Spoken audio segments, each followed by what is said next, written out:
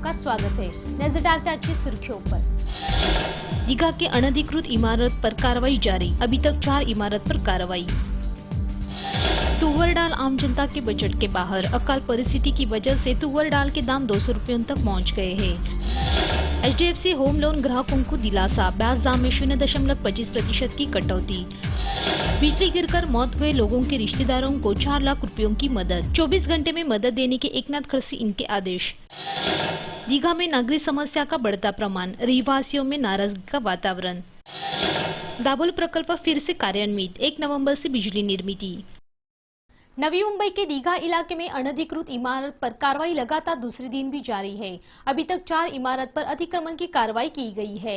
इस कार्रवाई से बाधित रहवासी मात्र परेशान हुए हैं। नवी मुंबई के दीघा इलाके में अनधिकृत इमारत पर कार्रवाई लगातार दूसरे दिन भी जारी है। अभी तक 4 इमारत पर अतिक्रमण की कार्रवाई की गई है। इस कार्रवाई से बाधित रहवासी मात्र परेशान हुए हैं। सोमवार को हुए कार्रवाई को विरोध करने के लिए बड़ी संख्या में यहाँ के रहवासी रास्ते पर आने से करीब 76 से अधिक लोगों को पुलिस ने हिरासत में लिया था। मंगलवार को ये दीघा के 2 इमारत पर कार्रवाई की गई। इस जगह पुलिस बंदोबस्त रखा गया है। कालच्या प्रमाणे आज पण अतिक्रमण बंदोबस्तासाठी 500 पोलीस अधिकारी, कर्मचारी, महिला असं सर्वजण स्टाफ हजर आहे। आज काही नाही, लोकांना या ज्या बिल्डिंग 50 आहे, ज्या केरू प्लाझा मधले ज्या रहिवासी आहेत त्यांना समजून सांगितल्यानंतर त्यांनी स्वतःहून सहकार्य करण्याचे ठरवले आणि त्यांचा स्वतःहून त्यांनी वॅकेट केलेला आहे। आता त्याच्या बिल्डिंगवरती कारवाई होईल। दीघा के अनधिकृत इमारत पर MIDC की ओर से शुरू हुई कार्रवाई के संदर्भ में सकारात्मक हल निकाले, इसके लिए ठाणा जिला पालक मंत्री एकनाथ शिंदे, सांसद राजन विचारे, विधायक बंदाताई मात्रे, पालिका के विरोधी पक्ष नेता विजय चौगुले, इन्होंने मुख्यमंत्री के साथ चर्चा की। कोर्ट का अवमान नहीं होगा, इस दृष्टि से इस समस्या पर हल निकालने का आश्वासन इस समय मुख्यमंत्री इन्होंने दिया है, ऐसा सुनने में आया है। कैमरामैन सूरज कामरे के साथ राज चौहान, MVTV। राज्य के मुख्यमंत्री देवेंद्र फडणवीस इनका जापान के ओसाका सिटी यूनिवर्सिटी में सम्मान किया गया है। राज्य के आर्थिक सामाजिक विकास में परिवर्तन की प्रक्रिया शुरू की। इस वजह से मुख्यमंत्री इन्हें ओसाका सिटी यूनिवर्सिटी ने मानद डॉक्टरेट देने की घोषणा की है। राज्य के मुख्यमंत्री देवेंद्र फडणवीस इनका जापान के ओसाका सिटी यूनिवर्सिटी में सम्मान किया है। राज्य के आर्थिक सामाजिक विकास में परिवर्तन की प्रक्रिया शुरू की। इस वजह से मुख्यमंत्री इन्हें ओसाका सिटी यूनिवर्सिटी ने मानद डॉक्टरेट देने की घोषणा की है। ओसाका सिटी यूनिवर्सिटी की ओर से मानद डॉक्टरेट पाने वाले देवेंद्र फडणवीस ये पहले भारतीय है। 120 साल की गौरवशाली परंपरा हुए ओसाका सिटी यूनिवर्सिटी के मार्फत दी जाने वाली ये सर्वोच्च पदवी होकर गए 20 सालों में अभी तक वो सिर्फ 10 लोगों को प्रदान की गई है। Bureau report, MVTV। इस साल देश भर के कई राज्य में अकाल परिस्थिति निर्माण होने से जीवनावश्यक पदार्थ के उत्पादन में घट हो रही है। अब तुवर दाल 200 रुपए किलो तक पहुंच गई है। परिणामी दाल के उत्पादन में भी घट होने से दाल के दाम बढ़ गए हैं। आम जनता के घर के अविभाज्य घटक हुई दाल बजट से बाहर गई है, क्योंकि तुवर दाल 200 रुपए किलो तक पहुंच गई है। थोक बाजार में तुवर दाल 160 रुपए तो खुदरा बाजार में तुवर के दाम तकरीबन 200 रुपयों तक पहुंच गए हैं। इस वजह से सभी हाउसवाइफ के किचन के बजट पर असर हुआ है। इस साल देश भर के कई राज्य में अकाल परिस्थिति होने से मराठवाड़ा में 88% तो राज्य भर में तकरीबन 30% कम बारिश हुई है। इस साल अकाल और बिन मौसम बरसात का लगातार दूसरा साल है, इसलिए सभी दाल के उत्पादन में घट होकर दाल के दाम बढ़ गए हैं। तो दूसरी ओर देश के दाल के दाम बढ़ने से सरकार ने तुवर दाल 5000 टन अतिरिक्त आयात करने का निर्णय लिया है, जिससे स्थानिक बाजार में दाल की उपलब्धता बढ़कर दाम नियंत्रण में आएगी। Bureau report, MVTV। कोकण का महत्वपूर्ण ऊर्जा प्रकल्प के तौर पर पहचाना जाने वाला दाभोल ऊर्जा प्रकल्प फिर से कार्यान्वित होगा। राज्य मंत्रिमंडल की बैठक में इस संदर्भ का निर्णय लिया गया है। 1 नवंबर से ये प्रकल्प शुरू होगा।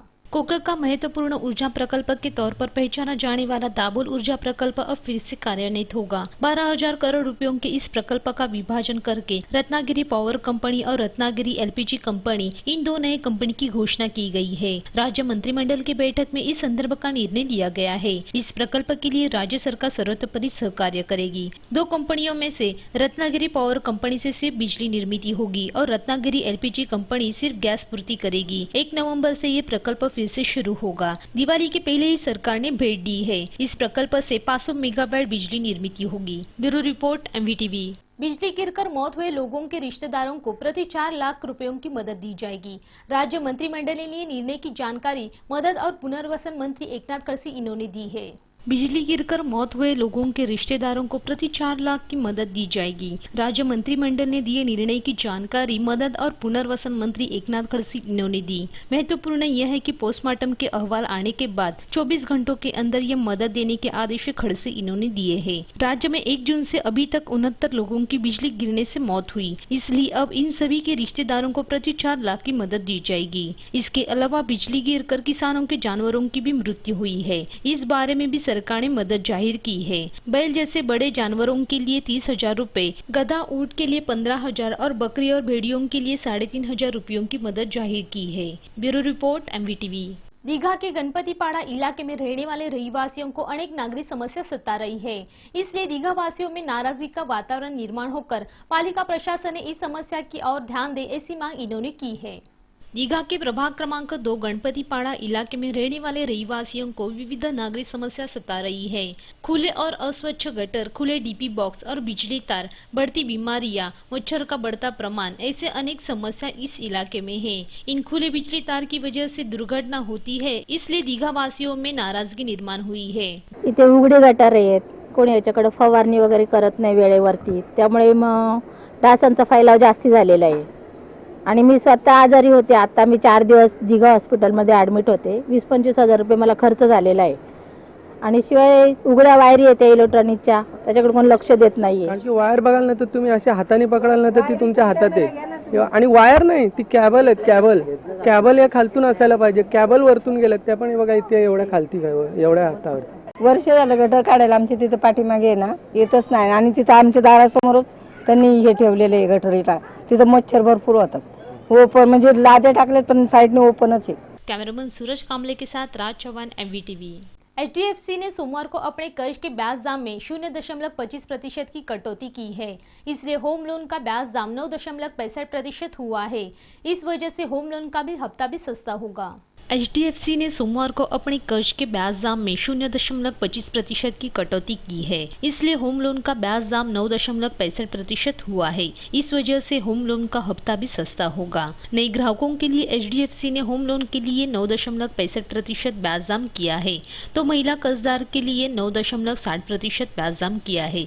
इसके पहले 9.9% और महिला ग्राहकों के लिए 9.85% ब्याज दाम था। इस ब्याज दाम कटौती का लाभ सभी को होगा, ऐसा HDFC की ओर से स्पष्ट किया गया है। रिजर्व बैंक ने रेपो रेट में ½ की कटौती करने के बाद देश की सबसे बड़ी बैंक हुई स्टेट बैंक ने 0.40% की घट की थी। उसके बाद अनेक बैंक ने ब्याज दाम कटौती की घोषणा की थी। Bureau report MVTV। बेलापुर विभाग में पालिका ने स्वतंत्र पार्किंग की व्यवस्था की नहीं, इस वजह से फिलहाल इस विभाग में अवैध पार्किंग की समस्या बढ़ गई है। जहां जगह दिखाई दी वह रास्ता अड़ाकर गाड़ियां पार्क की जाती है, ऐसा चित्र दिखाई दे रहा है। नवी मुंबई में फिलहाल नियोजन के बिना वाहतुक व्यवस्था के 3-13 बज गए हैं। बेलापुर विभाग में पालिका ने स्वतंत्र पार्किंग की व्यवस्था न करने से फिलहाल इस विभाग में अवैध पार्किंग की समस्या बढ़ गई है। जहाँ जगह दिखाई दी वहाँ रास्ता अड़ाकर गाड़ियाँ पार्क की जाती है। ऐसा चित्र बेलापुर विभाग में सभी और दिखाई दे रहा है।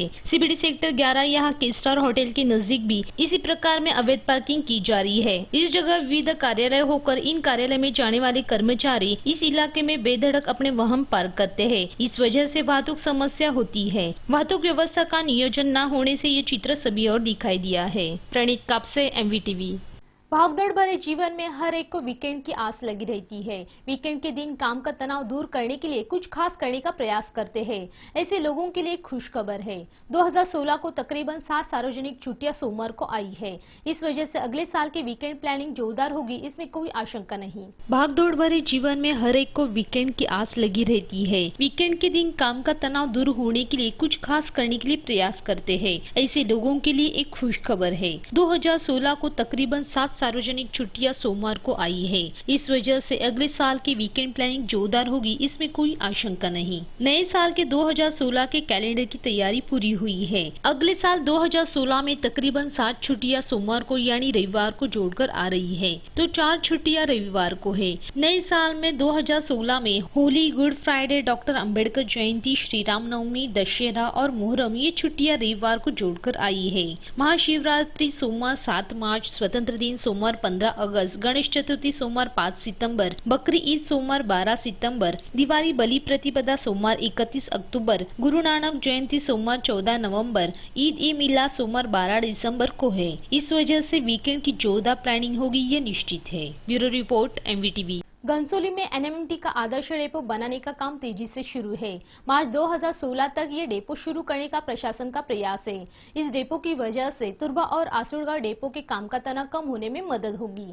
घनसोली में NMMT का आदर्श डेपो बनाने का काम तेजी से शुरू है। मार्च 2016 तक ये डेपो शुरू करने का प्रशासन का प्रयास है। इस डेपो की वजह से तुर्बा और आसुड़गांव डेपो के काम का तनाव कम होने में मदद होगी। घनसोली सेक्टर 15 यहाँ 9.5 एकड़ क्षेत्रफल के भूखंड पर महापालिका परिवहन उपक्रम के डेपो का काम शुरू है। तुर्बा और आसुड़गांव डेपो से ये डेपो आदर्श बनाने का परिवहन प्रशासन का प्रयास है। इस डेपो में बस अंदर और बाहर जाने के लिए अलग प्रवेश द्वार, वाहनों की दुरुस्ती और साफ करने के लिए अद्ययावत तंत्रज्ञान का इस्तेमाल, प्रशासकीय इमारत और कैंटीन की सुविधा की जाएगी। घनसोली और कोपर खराणी यहाँ से जाने वाली बसेस मार्ग यातायात खत्म होने के बाद यह बसेस खड़ी करने के लिए अथवा अगला मार्ग तय करने के लिए तुर्बा अगर में भेजी जाती है। परिणामी ईंधन का इस्तेमाल बढ़कर ड्राइवर पर भी अतिरिक्त तनाव होता है, किंतु इस नए डेपो की वजह से ये समस्या दूर होगी। Bureau report MVTV।